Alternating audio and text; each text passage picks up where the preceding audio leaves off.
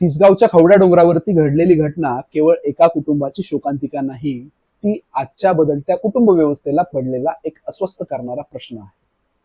एकत्र कुटुंब कमी होत गेली, एकुलतं एक मूल वाढत गेलं आणि त्या एका मुलाभोवती प्रेम, अपेक्षा आणि लाडाचं विश्व उभं राहिलं.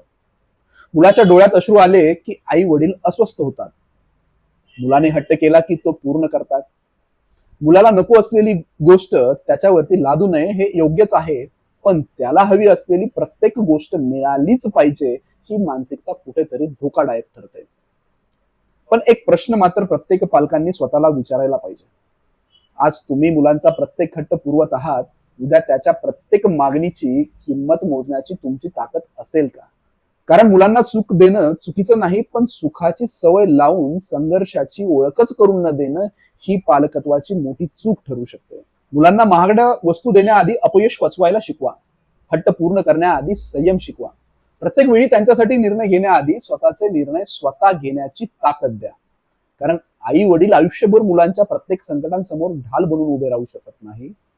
कधीतरी मुलालाच स्वतःच्या आयुष्याची लढाई लढावी लागणार आहे. आणि म्हणून संस्कार म्हणजे मुलाला सगळं देणं नाही, तर काही गोष्टी न मिळाल्या तरी आयुष्य सुंदर असतं हे शिकवणं म्हणजे खरे संस्कार.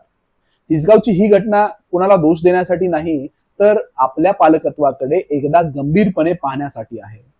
मुलांना इतकं लाडावू नका की त्यांना नाही हा शब्द आयुष्याचा अपमान वाटू लागेल, आणि इतकंही कठोर वागू नका की त्यांना मनमोकळं करण्यासाठी घराबाहेरचं जग शोधावं लागेल. लाड द्या पण मर्यादेत, स्वातंत्र्य द्या पण जबाबदारीसह, आणि सगळ्यात महत्वाचं, मुलांना आपल्या सावलीत वाढवा, पण सावलीशिवाय जगण्याची ताकदही द्या. कारण उद्या परिस्थिती तुमच्या अवाकीच्या बाहेरची झाली तर प्रश्न मुलाचा नाही, तर तुम्ही त्याला परिस्थितीशी झुंजायला शिकवलं होतं का हा असेल. अखेरीस या दुःखद घटनेतील दिवंगत आत्म्यांना भावपूर्ण श्रद्धांजली.